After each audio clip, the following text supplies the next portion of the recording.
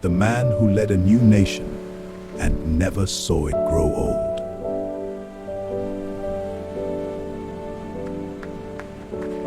January 1966. Nigeria was only a few years old as an independent country. It was supposed to be a nation of promise, rich, vast, powerful, and full of hope.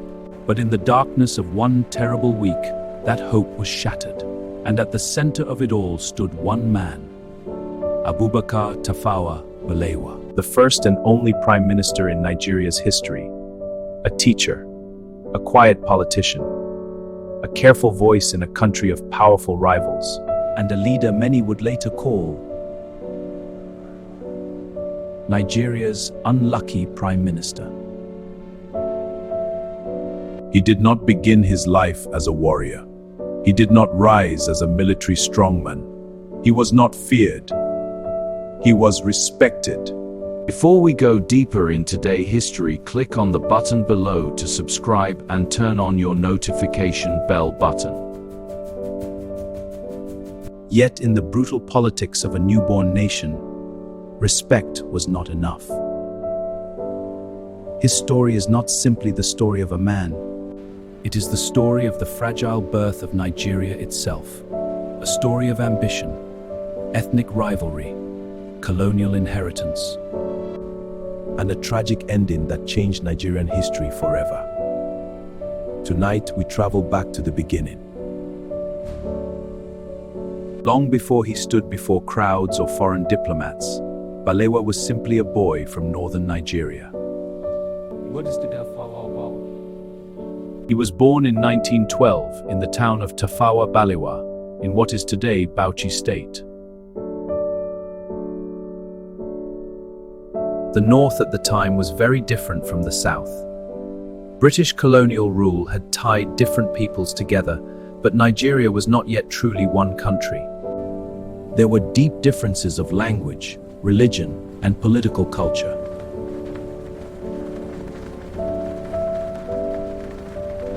Balewa came from a modest background. He was not born into enormous wealth.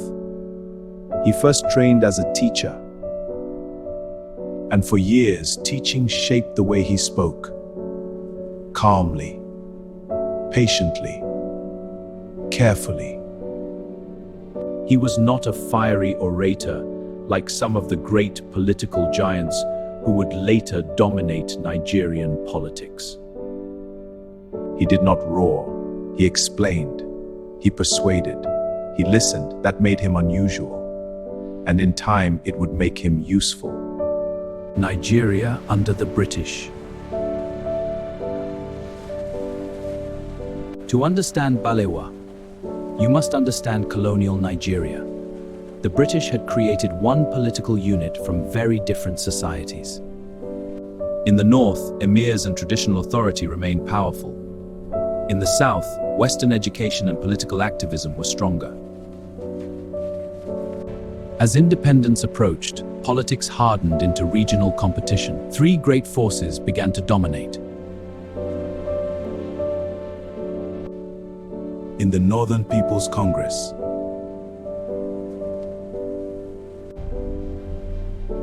in the west, the Action Group led by Obafemi Awolowo. In the east, the National Council of Nigerian Citizens linked with Nnamdi Azikiwe. Nigeria was not simply choosing leaders. It was negotiating whether it could remain one country at all. Balewa emerged inside the northern political machine. But unlike some northern leaders, he projected moderation. He seemed acceptable to many. That mattered. Because when the Britishish began preparing for self-rule, Nigeria needed someone who could hold the center. In the 1950s, Balewa rose steadily.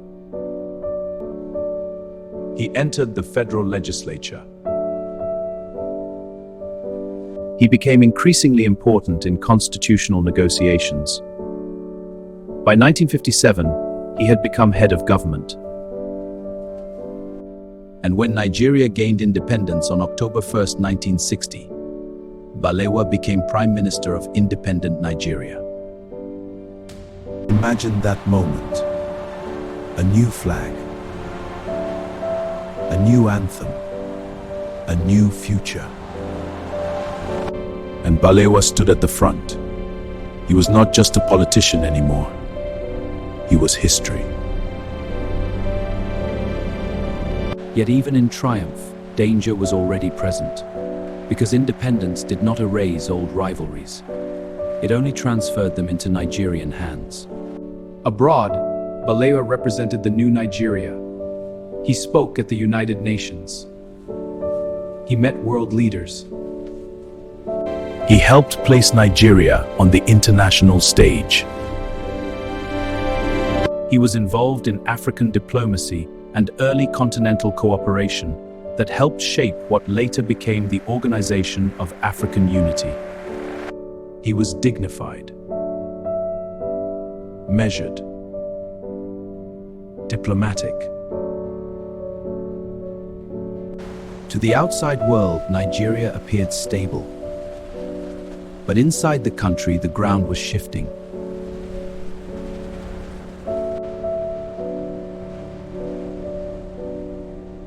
And Balewa was standing directly on the fault line.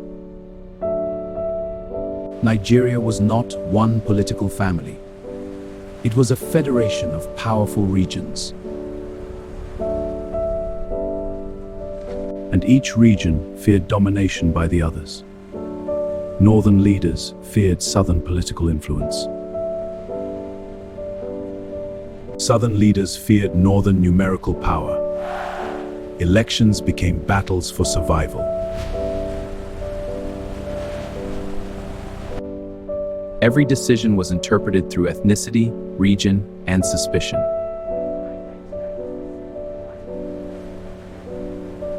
Balewa tried to hold the center. But sometimes the center is the most dangerous place to stand. He was prime minister, yes. But real political power often depended on alliances with regional heavyweights, especially figures like Ahmadu Bello. Balewa had authority, but not unlimited control. That distinction would prove fatal. The crisis of the West.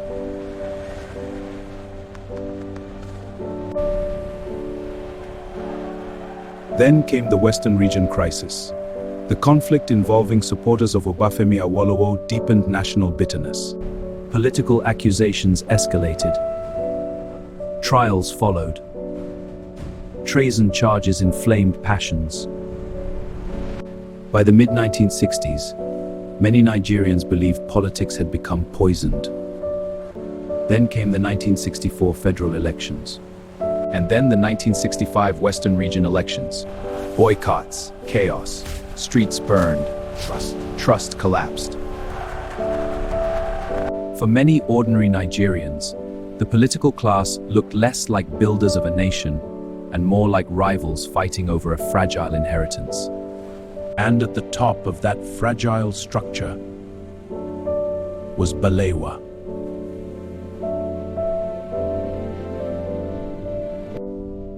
Why some called him unlucky? Because he inherited perhaps the hardest job imaginable. He was asked to lead a country that was politically independent but not yet emotionally united. He became prime minister of a nation still being invented. He faced pressures from colonial legacy, regional fear, ethnic competition, and elite rivalry. And unlike later leaders, he did not command soldiers. He commanded arguments. He governed with compromise. But compromise is often weakest when passions rise. Balewa was unlucky not because he lacked intelligence. He was unlucky because he stood at the exact moment when Nigeria's deepest fractures were becoming impossible to ignore. Then came the night that changed everything. January 15, 1966. Young military officers launched Nigeria's first military coup. Key leaders were targeted. Among them were powerful northern figures. And Balewa himself. He was taken away. Suddenly, the civilian order that had guided independent Nigeria was collapsing. the Prime Minister disappeared. No one knew where he was. Days passed. Rumors spread. Fear spread faster. Then the terrible news arrived. Balewa was dead. His body was found days later near a roadside outside Lagos. The exact circumstances of his death remain disputed. That uncertainty only deepened the tragedy. The first Prime Minister of Nigeria had vanished into the chaos of the republic he helped create. With Balewa's death, something bigger also died. Nigeria's parliamentary experiment. The office of Prime Minister itself disappeared. The military took power. And Nigeria entered a new age, one shaped by coups, counter-coups, and eventually civil war. The office of Prime Minister was abolished after the 1966 coup. Balewa did not simply lose power. He became the symbol of the collapse of Nigeria's first democratic dream.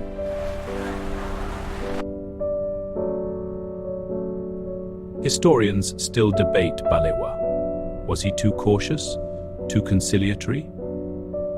Too dependent on regional power brokers? Could a stronger man have saved the First Republic? Or was the crisis already too deep for any civilian leader to stop? That question remains alive. Some see him as weak. Others see him as decent in an age becoming ruthless. And perhaps that is the tragedy. Sometimes history does not destroy the loudest man in the room. Sometimes it destroys the most careful one. Those who remembered Balewa often spoke of his humility. He did not cultivate the image of a conqueror. He was not theatrical. He did not present himself as larger than life. In modern politics, that can seem ordinary. But in the early years of independence, it made him distinctive. He believed in gradual nation building. He believed Nigeria could hold together. He believed dialogue could defeat division. History gave him little mercy. Today, Balewa remains one of the most important figures in Nigerian history. He was the first man to lead independent Nigeria, the only prime minister the country ever had. His name survives in roads, institutions, and memory. In Abuja, the famous Tafawa Balewa Square in Lagos keeps his memory visible in the national story. But his greatest legacy may be this warning. Political independence is not the same as national unity, and building a country can be harder than winning one. When Nigeria became free, Balewa stood at the dawn. He should have lived to see what the country became. He should have watched its victories and failures. He should have grown old as one of the fathers of the nation. But history had other plans. Instead, he became something else, a symbol, a question, a warning. Abubakar Tafawa Balewa was not merely Nigeria's first prime minister. He may also have been its most tragic. A man who tried to hold together a nation that was already beginning to break. And perhaps that is why, even now, many remember him as Nigeria's unlucky prime minister.